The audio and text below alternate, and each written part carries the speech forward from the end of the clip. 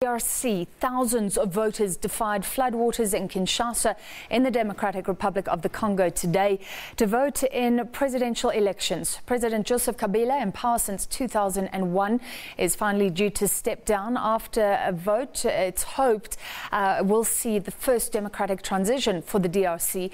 Well, voting did get off to a shaky start due to torrential rains and long delays at some of the stations. Several voting machines broke down in Kinshasa, Goma and Bukavu, bringing voting at those polling stations to a halt.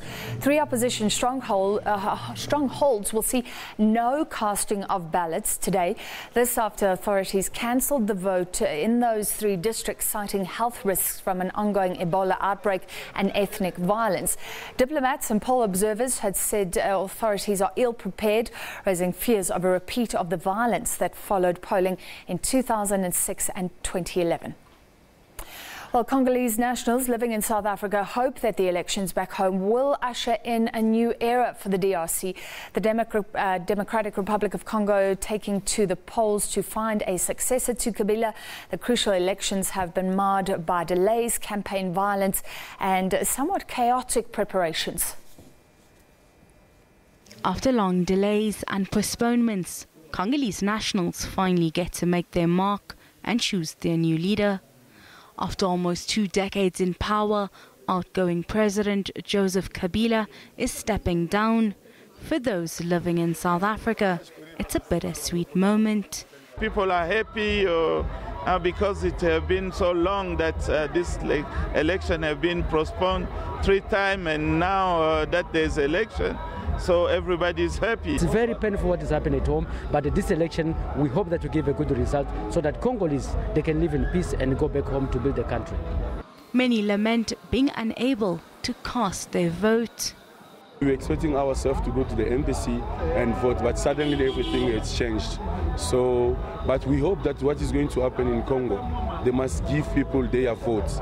Most Congolese in the country have spent over a decade in South Africa, but still hold on to the dream of returning home. We need your help. We need your help. It's time now to go home. You understand what I mean? We've been staying here. We thank you people, but now it's time also to help us to go home. As DRC decides on their future, many living outside the borders are watching keenly. Hasina Gori, SABC News, Johannesburg. Well, to discuss the polling in the DRC, we're joined by Charles Nyuykonge, a senior research fellow at the Institute of Global Dialogue. He's with us in our studios in Durban. Mr. Nyuykonge, how credible, we don't know much. We know it's been a frustrating day for many voters. How credible does it look thus far, if you can comment? I think the credibility of the election so far is resident in the fact that the president has kept his will to say the elections are going to take place this year. The credibility is also in the fact that the president has indicated that he's not going to be on the ballot box, and he's not on the ballot box. So that's how far we can actually assess credibility. If we were to extend that, we would say that the fact that the Congolese people have actually gone out to vote irrespective of the weather conditions is further demonstration that the Congolese people are actually taking the process very serious. And so based on that, we can actually say that the process is in itself credible. Unless, of course, we wanted to look at the macro process of organizing elections, which really infringes on us or imparts on us the responsibility to assess what happens pre-election, during the elections, and what happens after the elections. And if we have to do that, then we would say that the atmosphere before the elections, which has been marked by some violence, may actually tint the credibility of the elections. But we have to look at broadly the whole election cycle, which is from the pre-election, the election itself, and the post-election, to be able to rule. But so far, so good. The Congolese people are mobilized. They have defied the weather conditions, and it's rest for us to wait to get the outcome. Well, just focusing specifically on today, so it sounds like at a lot of polling stations there were problems with the voting machines.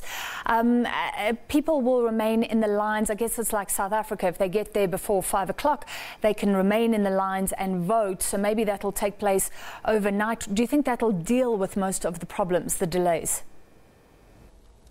I think that those who are going to be on the line by the cut time of the election are definitely going to vote.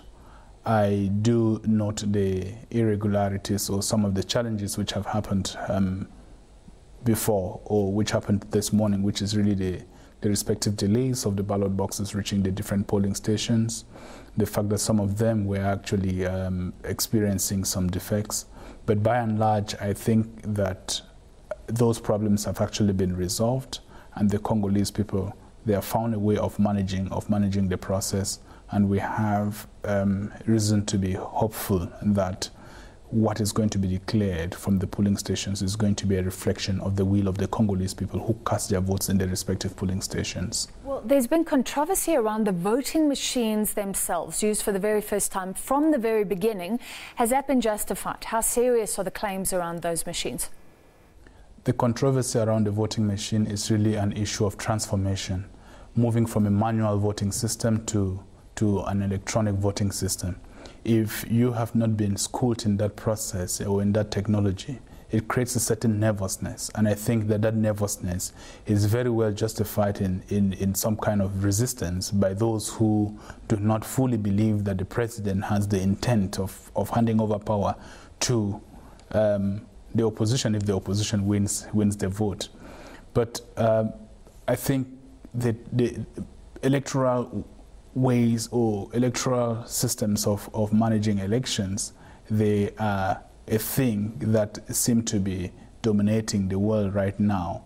And what I would rather have expected was for the election management bodies to build trust around the system, to demonstrate not just to the suffrage, but to the contestants and the international community that the system works very well and that the system reads but the results which have been cast. I think that's something which, having not done properly, creates the nervousness. But that nervousness, we shouldn't overplay it, because even in democracies like South Africa, you already use that computerized system of voting, and other countries in the continent have taken whole footstep from that. You spoke about the run-up to the election as well. How serious is it that more than 1 million people have essentially been disenfranchised? Well, you would read it as 1 million people being disenfranchised, but you also need to realize that if those people were allowed to vote at the risk of being contaminated by the Ebola virus, that the DRC would have a serious problem in its hands. The Ebola virus is a humanitarian catastrophe. Regrettably, it cannot be ascribed to any political leader. It's a health issue. And I think the political leaders are dealing with it in the best possible way that they can deal with it. What the concerns are for me really is not the fact that the people cannot vote in those areas. It is the idea that the voting is going to take place sometime in March next year. And it begs the question, how sure are we that the elections, that the Ebola would be resolved by March next year? Well, and why not say that as soon as? Does it matter? Because someone will be implemented, someone will be sworn in as president, I understand, in January. And that is exactly where I'm heading to say that for me is the greater concern, and not the fact that 1 million people would be unable to vote, because exposing the entire population to the Ebola could actually cause more harm than good in our attempt to demonstrate a maturing democratic system through this possible first peaceful transition of power. Joseph Kabila's preferred candidate, well, the ruling party's Emmanuel Shadare. Give us a sense of what the DRC could look like under him. It would probably be a continuation of Joseph Kabila's rule, because Joseph Kabila would be somehow the shadow president, because before now we have not really seen him come out forcefully and demonstrate a distinction between himself and Joseph Kabila, or actually sell a substantial departure point of changing the landscape of the DRC from where it is currently. So under him, I see more of the Kabila era or let's say more of the same DRC.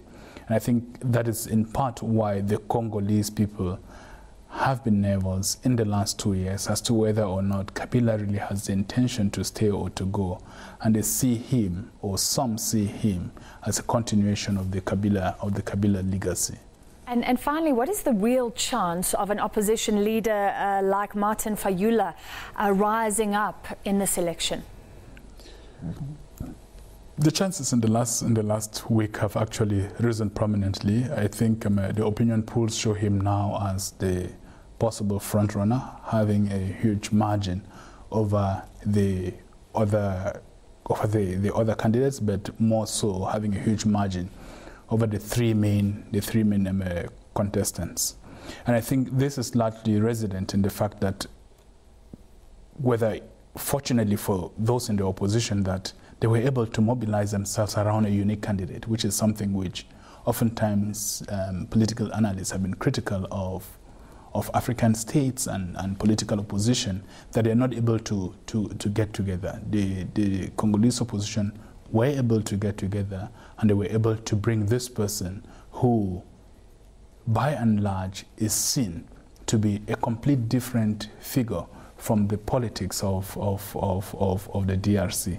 So with his own international credentials in the oil management industry in the continent, I think he brings some kind of a change which the Congolese people seem to thirst, especially those wishing to see a complete transition from the past. And this past could either be the past which has to do with the same political figures, whether it is the continuation of Etienne Tshisekedi's legacy by his son, or the transition from the political dynamics which Kabila has actually managed in the last 12 years. All right, thank you very much. That was Charles Nyuykonge, Senior Research Fellow at the Institute of Global Dialogue. And hopefully the voices of the Congolese, those living in the DRC, will be heard. A lot of frustrating delays today for voters who've waited since 2016, when the election was first meant to happen, to cast their ballot. But those queues will stay open, the Electoral Commission says, until everyone has voted.